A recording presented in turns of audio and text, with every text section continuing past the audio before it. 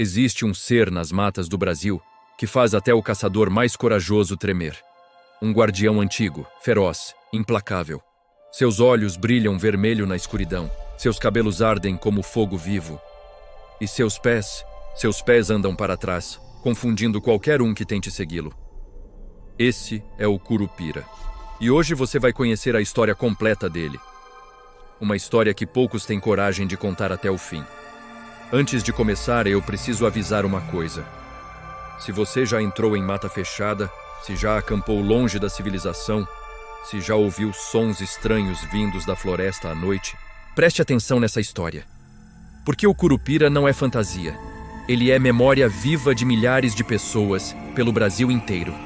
E quanto mais você conhece sobre ele, mais entende por que certos lugares são evitados até hoje. Vamos começar do início. Do verdadeiro início. Muito antes das cidades existirem, muito antes do asfalto cobrir a terra, o Brasil era quase todo mata, floresta densa, escura, intocada. E nossos ancestrais, os povos indígenas, sabiam de algo que nós esquecemos. Eles sabiam que a natureza não era só árvores e animais. A natureza tinha donos, espíritos protetores. E entre todos esses guardiões, existia um que era diferente. Mais violento, mais vingativo, mais territorial. Esse guardião nasceu de uma necessidade. Porque desde que o homem existe, ele caça. E caçar não é errado quando você precisa sobreviver. Mas existe uma diferença entre matar para comer e matar por prazer. Entre respeitar a floresta e destruir tudo que vê pela frente. E foi justamente isso que criou o Curupira. A ganância humana. As lendas sobre sua origem variam de região para região, mas todas concordam em um ponto. O Curupira surgiu para punir. Para proteger o que não pode se defender sozinho.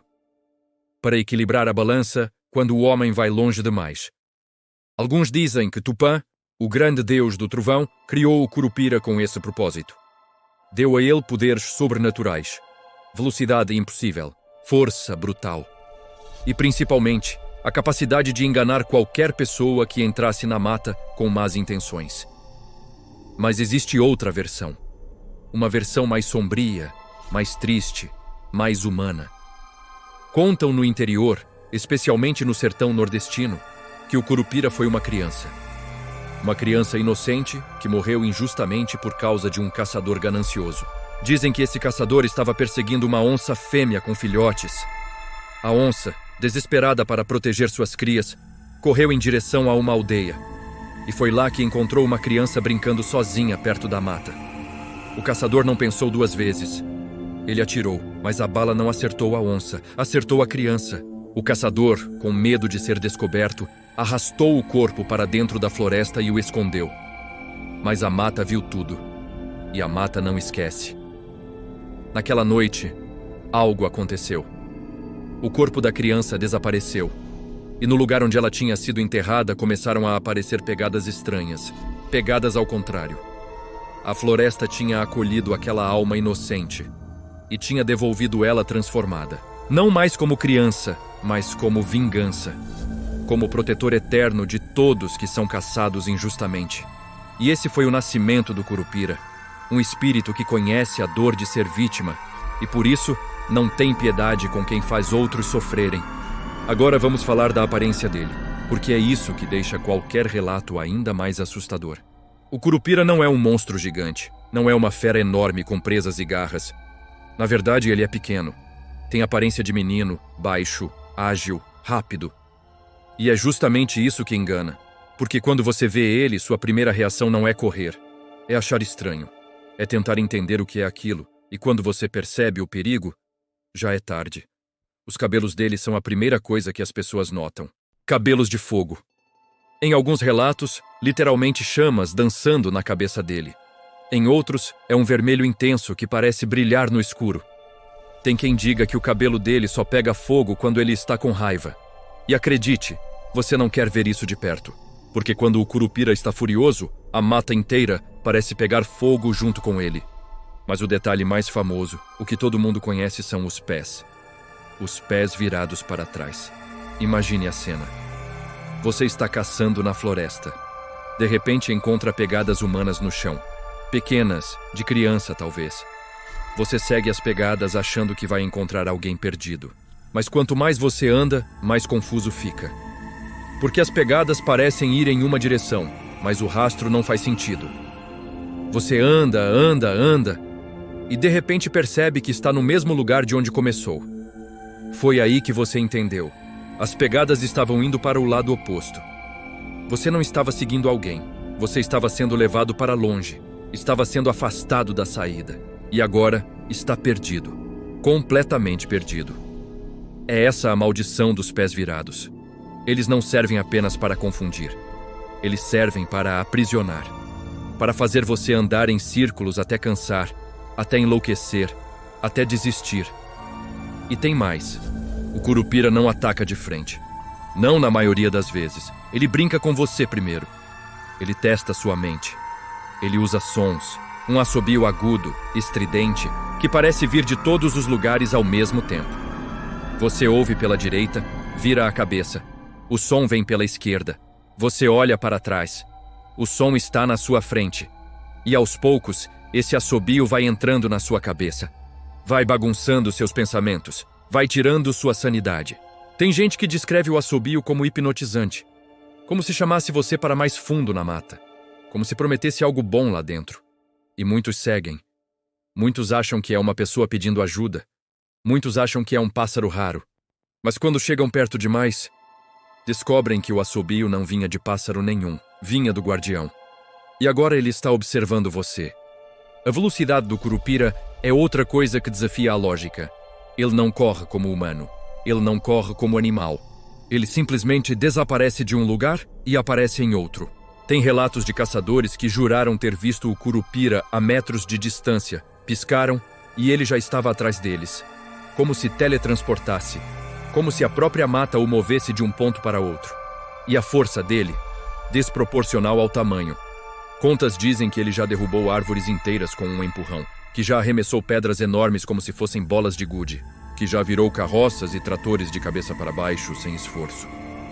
Não é um espírito fraco. É um dos mais violentos que existem. Porque ele não está ali para assustar. Ele está ali para defender. E defesa, quando necessário, é violência. Mas vamos ao que importa. O que exatamente o Curupira protege? Porque entender isso é entender quando você está em perigo real. Ele não aparece para todo mundo. Ele não ataca quem respeita a mata. Na verdade, a maioria das pessoas que entram na floresta de forma consciente nunca o veem. E isso é um bom sinal.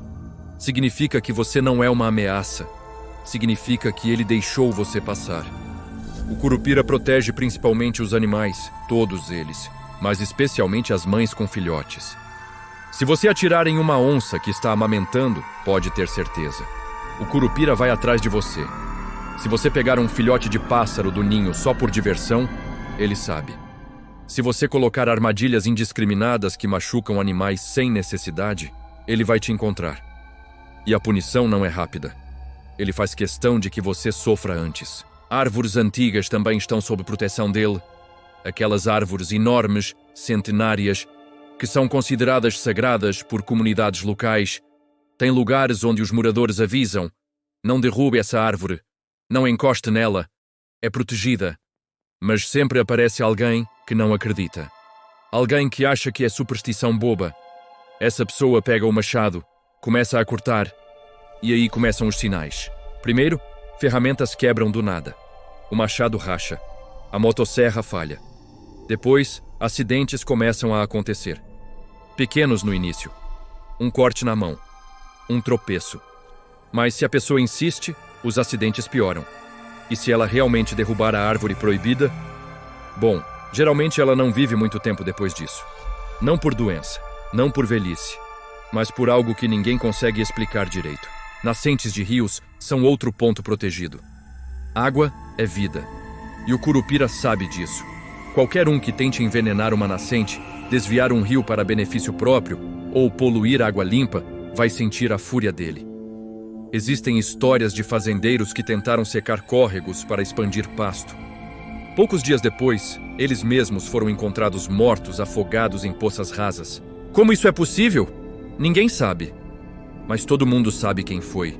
e as trilhas sagradas, caminhos usados por povos antigos para rituais, cerimônias, passagens espirituais. Esses lugares têm energia, e mexer com eles é chamar problema. Não deixa ninguém bloquear esses caminhos. Quem tenta, se perde, literalmente. Mesmo usando o GPS, mesmo deixando marcas no caminho, essas pessoas nunca conseguem achar a saída.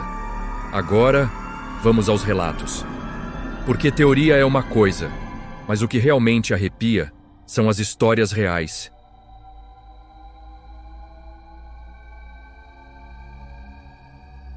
E vou começar com uma das mais conhecidas. A história dos caçadores que desapareceram por 7 dias. Isso aconteceu no interior da Bahia, numa região de Mata Atlântica fechada. 4 amigos decidiram fazer uma caçada de fim de semana. Eles conheciam a região, já tinham ido várias vezes, mas dessa vez decidiram entrar mais fundo, ir além do normal. Queriam achar caça maior, mais troféus, e os moradores locais avisaram: não vão para aquele lado, aquela parte da mata é proibida, tem dono. Os caçadores riram, chamaram de superstição e entraram. Levaram barracas, comida para 3 dias, armas, munição. Estavam preparados, ou achavam que estavam. No primeiro dia, tudo normal. Montaram acampamento, caçaram alguns animais pequenos, fizeram fogueira. Dormiram tranquilos. Mas no segundo dia, as coisas começaram a ficar estranhas. Eles acordaram e perceberam que as pegadas ao redor do acampamento estavam ao contrário. Como se alguém tivesse andado de costas em volta deles a noite inteira. Acharam esquisito, mas não deram muita importância. Talvez fosse algum animal, talvez fosse o vento mexendo na terra. Seguiram em frente. Foi quando ouviram o assobio. Um deles jurou que o assobio vinha da direita. Outro tinha certeza que vinha da esquerda. O terceiro disse que vinha de cima, das árvores. E o quarto não ouviu nada. Discutiram entre si, ficaram confusos, mas continuaram. À tarde, um deles atirou em um veado. Acertou de leve, o animal fugiu ferido. Eles foram atrás. E foi aí que perceberam. Estavam completamente perdidos. Não reconheciam mais o caminho. A trilha que tinham marcado tinha sumido. As árvores pareciam diferentes. O sol estava na posição errada. Tentaram voltar pelo GPS. Mas o aparelho mostrava que eles estavam andando em círculos. Andavam para norte. O GPS dizia sul. Andavam para leste. O GPS dizia que estavam parados. Começaram a entrar em pânico. A noite caiu. E com ela, os sons. Galhos quebrando ao redor deles. Passos que vinham de todos os lados. Risadas. Risadas de criança ecoando na floresta. Eles acenderam lanternas. Apontaram para todas as direções. Nada. Só escuridão. Até que um deles viu. 2 olhos vermelhos brilhando entre as árvores. Pequenos. Na altura de uma criança. Piscando devagar, ele gritou, apontou. Os outros olharam. Os olhos desapareceram. Mas segundos depois apareceram em outro lugar. Mais perto. Depois, mais perto ainda. E então, ouviram a voz. Uma voz infantil, mas distorcida. Dizendo algo que eles não entendiam. Uma língua antiga. Uma língua que não era portuguesa, não era espanhol, não era nada que conhecessem. Eles atiraram para o alto, tentando assustar o que quer que fosse aquilo. Foi o pior erro, porque a mata inteira reagiu. Galhos começaram a bater neles. Cipós pareciam se mover sozinhos, prendendo suas pernas. O chão ficou instável, como se afundasse. E os olhos vermelhos multiplicaram. Agora eram 10, 20 pares de olhos ao redor deles. E o assobio voltou. Mais alto, mais próximo, mais dentro das suas cabeças. Eles correram.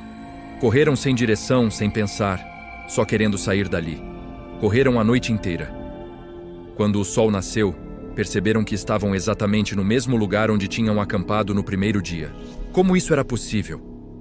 Eles tinham corrido por horas, mas estavam no ponto de partida, e suas barracas estavam destruídas, rasgadas por algo com garras, a comida espalhada. As armas tinham sumido. Ficaram ali, aterrorizados, sem saber o que fazer. Passaram mais 4 dias assim, tentando sair, sempre voltando para o mesmo lugar, sem comida, sem água limpa, vendo coisas que não conseguiam explicar. Até que no 7º dia, 3 deles acordaram na estrada. a quilômetros de distância da mata. Sem machucados sérios, mas sem memória de como saíram de lá. O quarto nunca foi encontrado. Semanas depois, fizeram buscas com cães, helicópteros, equipes de resgate. Nada. Como se ele tivesse sido apagado da existência. Os 3 que voltaram nunca mais entraram em mata. Até hoje, mais de 20 anos depois, eles juram. Foi o Curupira. E ele deixou eles viverem como aviso. Mas o quarto tinha sido aquele que atirou no veado ferido. Esse relato é assustador, mas não é único. Histórias assim se repetem. Muda o lugar, mudam as pessoas, mas o padrão é o mesmo. Pessoas que desrespeitam a mata simplesmente somem. Ou voltam loucas, ou voltam mudadas para sempre. E o mais perturbador é que isso não acontece só em lugares remotos. Acontece perto de cidades também. Qualquer lugar onde ainda exista mata preservada pode ser território do Curupira. No Pará, tem um caso famoso de um empresário madeireiro. Ele tinha uma empresa grande, explorava madeira ilegalmente, desmatava áreas protegidas, ganhava muito dinheiro com isso. E tinha zero respeito pela floresta. Para ele, árvore era mercadoria, animal era empecilho. E as lendas? Bobagem de gente ignorante. Ele falava isso abertamente. Ria de quem acreditava em Curupira, Caipora, Mapinguari. Para ele, nada disso existia. Um dia ele decidiu ir pessoalmente supervisionar um desmatamento grande. Era uma área muito antiga, com árvores de mais de 300 anos. Os trabalhadores locais se recusaram a cortar. Disseram que aquela área era protegida. Que coisa ruim ia acontecer. O empresário os xingou, os chamou de covardes e pegou a motosserra ele mesmo. Foi até a maior árvore e começou a cortar. A motosserra travou 3 vezes. Ele ignorou. Trocou de ferramenta. Começou com um machado. Na terceira machadada, a lâmina quebrou e um pedaço voou cortando seu braço. Nada grave, mas sangrando bastante. Ele ficou furioso. Pegou outra motosserra. E dessa vez conseguiu derrubar a árvore. Quando ela caiu, fez um barulho ensurdecedor que ecoou pela floresta inteira. E então, silêncio. Um silêncio pesado, anormal.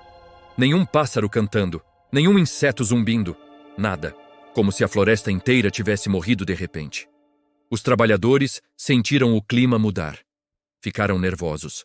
Começaram a juntar as coisas para ir embora. Mas o empresário os mandou continuar. Disse que iriam derrubar mais 10 árvores antes do dia acabar. Foi quando ouviram o assobio. Todos ouviram. 20 homens, todos ouviram o mesmo som ao mesmo tempo, vindo do fundo da mata. Um assobio longo, agudo, que fez seus pelos arrepiarem. Alguns começaram a correr imediatamente. Outros ficaram paralisados de medo.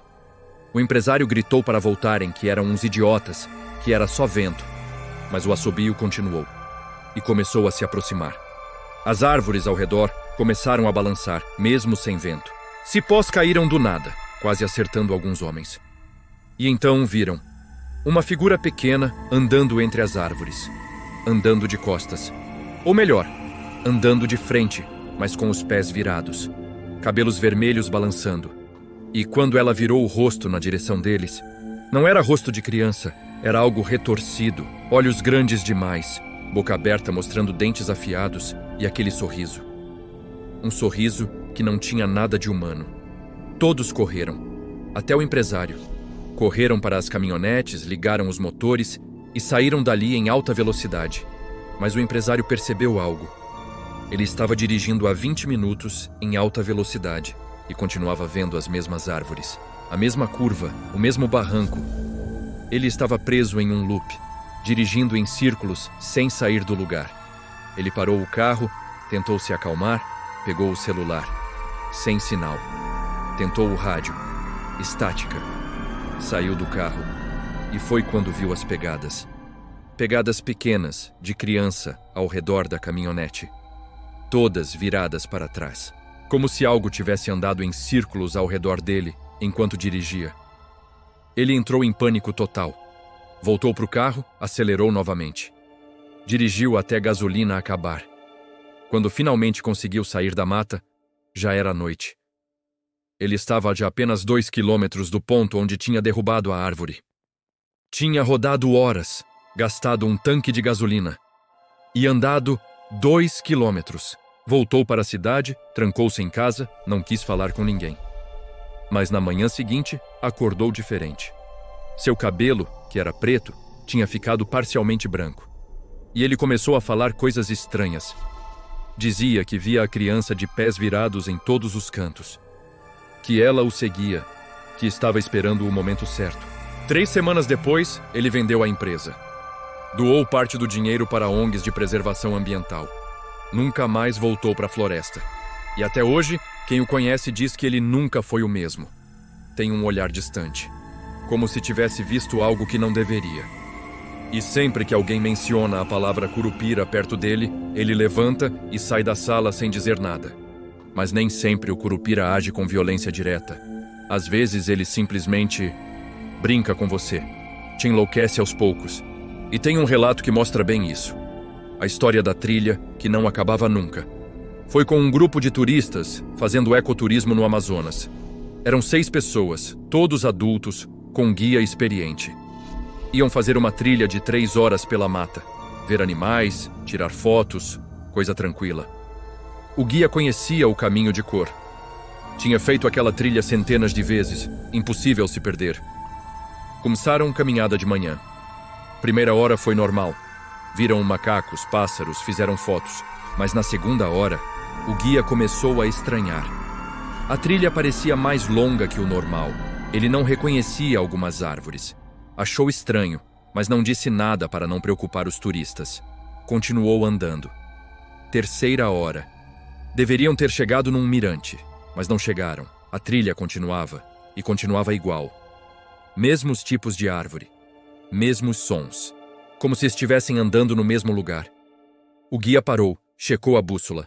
Norte estava correto. Checou o GPS, também correto, mas algo estava errado. Decidiu voltar pelo mesmo caminho. Andaram mais 1 hora, nada de chegarem no ponto de partida.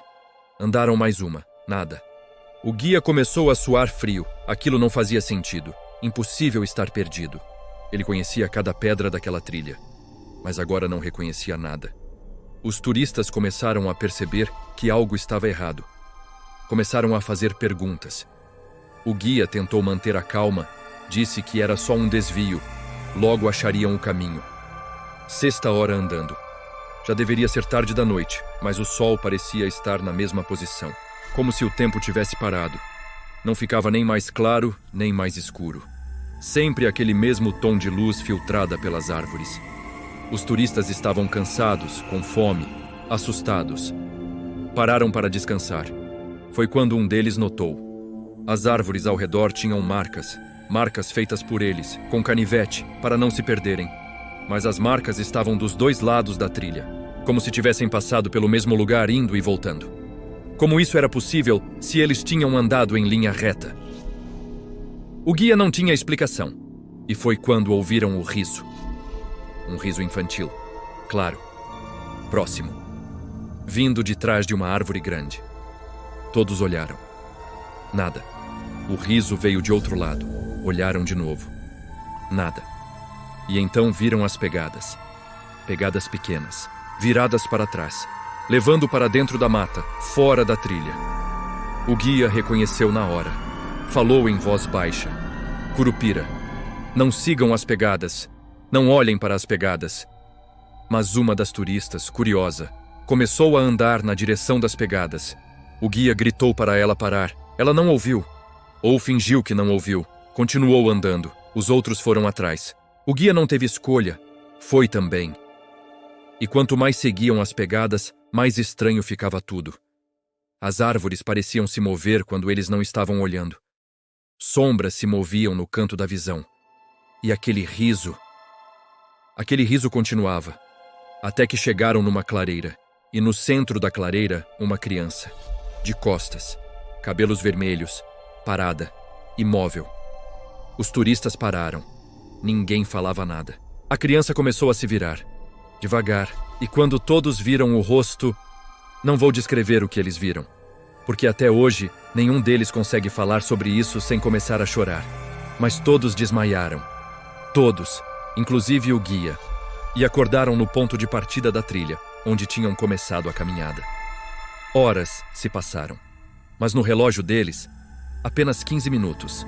Esses relatos mostram algo importante. O Curupira não é um único ser. Ou melhor, talvez seja, mas ele parece estar em vários lugares ao mesmo tempo. Porque essas histórias acontecem simultaneamente em regiões distantes do Brasil. Amazônia, Mata Atlântica, Cerrado, Caatinga. Onde tem mata preservada, tem relato de Curupira. O que levanta uma pergunta. Existe um só? Existem vários? Ou ele é algo maior? Algo conectado à própria floresta? Alguns estudiosos de folclore acreditam que o Curupira não é um espírito individual. Seria mais como uma manifestação da própria consciência da mata. Uma defesa natural que aparece quando necessário. Outros acham que são vários seres, uma espécie de guardião que existe em cada floresta grande. E tem quem diga que é um único espírito extremamente poderoso, capaz de estar em todos os lugares ao mesmo tempo. Independente da verdade, uma coisa é certa. O Curupira é real para quem viveu o encontro. E mesmo pessoas céticas, que não acreditavam em nada disso, mudaram de ideia depois de uma experiência. Vou contar agora um caso que envolve alguém assim. Um biólogo que foi pesquisar na Amazônia. Esse biólogo era completamente cético. Não acreditava em lendas, em folclore, em nada sobrenatural. Para ele, tudo tinha explicação científica. E quando ouviu as histórias sobre Curupira dos moradores locais, ele riu. Disse que era histeria coletiva. Que as pessoas viam coisas por causa do medo, da escuridão, da imaginação. Ele ia provar isso. Montou um experimento. Instalou câmeras de movimento pela floresta, gravadores de som, sensores térmicos. Ia documentar cientificamente que não existia nada de sobrenatural na mata. Passou 3 semanas acampado, coletando dados, analisando os resultados, e realmente não encontrou nada. Nenhum som estranho gravado, nenhuma imagem anormal. Nada que confirmasse as lendas. Ele ficou satisfeito, ia escrever um artigo desmentindo tudo, mas faltava uma coisa. Os moradores tinham falado de um lugar específico. Uma parte da floresta onde o Curupira aparecia com mais frequência. Uma área onde até os indígenas mais corajosos evitavam entrar. Era uma depressão na mata. Um vale fechado onde a vegetação era mais densa e a luz do sol mal chegava. Chamavam de buraco do fogo por causa de luzes vermelhas que apareciam à noite. O biólogo decidiu ir até lá, sozinho. Queria provar que não havia nada demais. Levou suas câmeras, seu equipamento e entrou. A primeira coisa que notou foi o silêncio. Mesmo numa floresta normal existe som. Pássaros, insetos, vento nas folhas. Mas ali era silêncio total, absoluto. Como se estivesse dentro de uma sala isolada, acusticamente. Ele achou estranho, mas explicou cientificamente. Talvez a vegetação densa abafasse os sons. Montou acampamento, instalou câmeras, preparou equipamento. Ia passar a noite ali. Quando o sol se pôs, a escuridão que caiu foi diferente de qualquer coisa que ele já tinha visto. Não era apenas ausência de luz. Era uma escuridão densa, quase física. Sua lanterna parecia iluminar menos do que deveria, como se a própria escuridão absorvesse a luz. Ele preparou o jantar, comeu e ficou analisando dados no laptop. Era meia-noite quando a bateria do laptop morreu, sem aviso. Estava com 70% de carga. De repente, 0. Ele pegou o carregador solar. Também não funcionava. Pegou o celular, descarregado, o rádio, morto. Todas as baterias de todos os equipamentos eletrônicos tinham descarregado ao mesmo tempo. Isso o deixou nervoso, muito nervoso, porque não tinha explicação lógica para isso. Ele pegou a lanterna à pilha, funcionou. Pelo menos aquilo ainda prestava. Decidiu que ia embora de manhã cedo. Aquele lugar estava mexendo com ele de um jeito que não entendia. Entrou na barraca, fechou tudo, deitou. Tentou dormir. Foi quando ouviu os passos. Pequenos, leves, andando ao redor da barraca. Ele ficou imóvel. Pensou, talvez seja um animal pequeno, um tatu, um tamanduá. Mas os passos eram ritmados demais, regulares, como passos humanos. Ele pegou a lanterna, abriu a barraca devagar, iluminou fora. Nada, absolutamente nada. Mas as pegadas estavam lá, na terra macia ao redor da barraca. Pegadas de pés descalços, de criança, viradas para trás. Ele sentiu o sangue gelar. Porque aquilo não era trucagem. Não era histeria. Eram pegadas reais, físicas, e estavam ao redor da barraca dele. Ele iluminou para todos os lados. Ninguém. Nada. Só aquelas pegadas impossíveis. Decidiu que ia embora. Naquele momento, mesmo sendo noite, não se importava. Começou a juntar as coisas rapidamente. Foi quando a lanterna começou a piscar. Depois apagou. Ele bateu nela. Nada. Trocou as pilhas. Nada. Ficou no escuro total. E nesse escuro, ouviu a respiração. Não era a dele. Era outra. Próxima. Bem próxima. Do lado de fora da barraca. Respiração lenta. Pesada. Como se algo estivesse cheirando a barraca. Cheirando ele. Ele não se moveu. Não respirou. Ficou completamente imóvel. A respiração continuou por minutos que pareceram horas. Depois parou. Silêncio novamente. Ele esperou mais um pouco. Nada aconteceu. Pegou coragem, saiu da barraca correndo. Deixou tudo para trás. Equipamento, comida, tudo. Só correu. Correu no escuro, tropeçando, batendo em árvores, caindo, levantando, correndo de novo, sem direção. Só querendo sair dali. Até que viu uma luz. Luz vermelha, pulsando entre as árvores. Seu instinto disse para não ir na direção da luz. Mas ele não tinha escolha. Era a única referência que tinha. Foi na direção dela. Quanto mais se aproximava, mais percebia. A luz não vinha de fogo, não vinha de lanterna, vinha de cabelos. Cabelos em chamas de uma figura pequena que estava de costas. A figura virou lentamente. E ele viu. Olhos que brilhavam vermelho, sorriso largo demais. Pés ao contrário. Era o Curupira. Ele caiu de joelhos. Não conseguia se mover. Só olhava. E o Curupira apenas sorria. Não atacou. Não se moveu. Só ficou olhando. Como se estivesse estudando ele. Como se estivesse decidindo o que fazer. Depois de minutos que pareceram eternidade, o Curupira simplesmente se virou e andou para dentro da mata. E no momento que desapareceu, as luzes voltaram. A lanterna acendeu. O celular ligou. O biólogo se levantou cambaleando e encontrou uma trilha. Andou por ela. Em menos de 30 minutos estava na beira de um rio onde havia uma aldeia indígena. Os indígenas o encontraram ao amanhecer, sentado na margem, olhando para o nada. Ele não falava.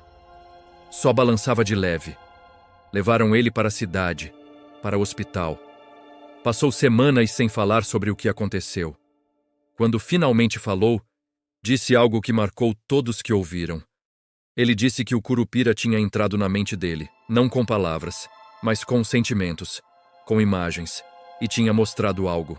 Tinha mostrado a floresta como ela realmente é. Não como humanos veem, mas como uma entidade viva, consciente e sofrendo. Ele viu séculos de destruição, árvores caindo, animais morrendo, rios secando, e viu a dor disso tudo. A dor da própria floresta.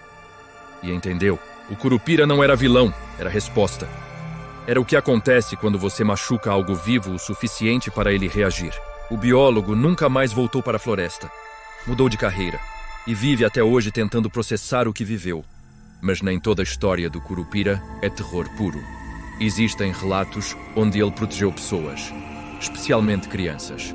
Porque por mais feroz que seja, ele tem um lado protetor. Um lado que lembra que sua origem pode ter sido de uma criança inocente. E quando vê a inocência em perigo, ele age diferente. Tem um caso muito conhecido no Mato Grosso. Uma menina de 6 anos se perdeu durante uma festa junina. A família estava em uma fazenda perto da mata. Muita gente, muita confusão. Ninguém viu quando ela saiu correndo atrás de um cachorro e entrou na floresta. Só perceberam que ela tinha sumido quando já estava escuro. Fizeram busca imediata. Vizinhos, bombeiros, voluntários. Procuraram a noite toda. Nada. A menina tinha sumido. E aquela mata era perigosa. Tinha onça, tinha cobra, tinha jacaré no rio. As chances dela sobreviver eram mínimas. A família estava desesperada. Fizeram promessas, rezaram, imploraram para qualquer força que pudesse ajudar. Na manhã seguinte, Depois de 15 horas desaparecida, a menina simplesmente apareceu na porta da casa. Limpa, sem arranhão, sem picada de inseto, sem fome. Como se nada tivesse acontecido. Os pais a abraçaram chorando, perguntaram onde ela estava, o que aconteceu. A resposta dela foi simples. Um menino de cabelo vermelho tinha cuidado dela. Ela contou que quando entrou na mata ficou com medo. Estava escuro, tinha barulhos estranhos. Ela começou a chorar. Foi quando o menino apareceu. Ela não viu de onde ele veio. Ele apenas estava lá. Pegou na mão dela e falou para não ter medo. Eles andaram um pouco até uma árvore grande. Debaixo da árvore tinha folhas macias formando um tipo de cama. O menino disse para ela deitar e dormir. Que de manhã ia acordar em casa. Ela dormiu. Quando acordou, estava na porta de casa. E lembrava vagamente de ter sonhado com animais. Onças, cobras, macacos, mas nenhum tinha feito mal para ela. Era como se estivessem guardando ela. A família não entendeu. Acharam que ela tinha dado sorte, que tinha ficado perto e voltado sozinha. Mas a menina insistia. Tinha sido o menino de cabelo vermelho. Dias depois, a avó dela veio visitar. Quando ouviu a história, ela soube na hora. Falou para a menina descrever o menino. A menina disse que ele era pequeno, tinha cabelo bem vermelho e brilhante, sorria muito. E que os pés dele eram engraçados. Pareciam estar do lado errado. A avó se benzeu. Era o Curupira. Ele tinha protegido a neta dela. A família não acreditou muito, mas a avó insistiu. Disse que eles deviam fazer uma oferenda de agradecimento. Deixar frutas, mel, tabaco na beira da mata. Como forma de respeito, a família fez. E dizem que naquela noite as frutas desapareceram. Nenhum animal tinha pegado. Simplesmente sumiram. Esse tipo de história se repete em várias regiões. Crianças que se perdem e são encontradas em segurança com histórias de um menino que cuidou delas. Sempre com os mesmos detalhes. Cabelo vermelho. Pés diferentes. Sorriso gentil. É como se o Curupira distinguisse entre inocência e ameaça. Entre quem merece punição e quem merece proteção. E isso nos leva para a última parte dessa história. O significado real do Curupira hoje. Porque, no fundo, essa lenda não é só entretenimento. É um aviso que vem se repetindo há séculos e que a gente continua ignorando. O Curupira representa o limite. O ponto onde a natureza diz basta. Em um mundo onde desmatamento bate recorde todo ano, onde animais estão sendo extintos, onde rios estão secando, a lenda do Curupira nunca foi tão relevante. Porque ela diz uma coisa simples. Ações têm consequências. Você pode não acreditar que existe um espírito de cabelos de fogo com pés virados. Tudo bem. Mas você não pode negar que quando destruímos ecossistemas inteiros, algo se perde. E esse algo eventualmente volta para nos cobrar. Seja através de mudanças climáticas, seja através de pandemias vindas de animais selvagens, seja através de desastres naturais cada vez mais intensos. O Curupira é metáfora. Metáfora para o que acontece quando ultrapassamos os limites naturais. E as histórias de pessoas que o encontraram são lembretes. Lembretes de que existem lugares que devem ser respeitados. Forças que não entendemos completamente. E que arrogância tem preço. Então, quando você ouvir sobre alguém que se perdeu na mata de jeito inexplicável, quando ouvir sobre pegadas ao contrário, sobre assobios que vêm de todos os lados, sobre olhos vermelhos na escuridão, lembre-se, pode ser coincidência. Pode ser imaginação. Ou pode ser que o guardião ainda está lá, ainda vigiando, ainda protegendo o que resta de sagrado neste mundo. E se um dia você entrar em uma floresta fechada, longe de tudo, e sentir aquele silêncio pesado, aquele clima de que está sendo observado, aquela sensação inexplicável de que não deveria estar ali, confie nesse instinto. Porque pode ser seu cérebro primitivo lembrando de algo que seus ancestrais sabiam muito bem, que a natureza tem dono, e esse dono não esquece, não perdoa facilmente, e definitivamente não brinca em serviço. O Curupira continua por aí, nas matas do Brasil, esperando, observando, e pronto para agir quando necessário. Porque ele não é vilão de história, ele é consequência, é equilíbrio, é a resposta que vem quando a pergunta foi feita errado demais, por tempo demais. E enquanto existir floresta, enquanto existir mata preservada, enquanto existir um último pedaço de natureza selvagem, o Curupira vai estar lá, guardando, protegendo e lembrando a todos nós que algumas fronteiras não devem ser cruzadas. Então, da próxima vez que você vir notícias sobre desmatamento, sobre caça ilegal, sobre destruição ambiental, lembre dessa lenda. E se pergunte: será que é só lenda mesmo? Ou será que estamos provocando algo que não deveríamos?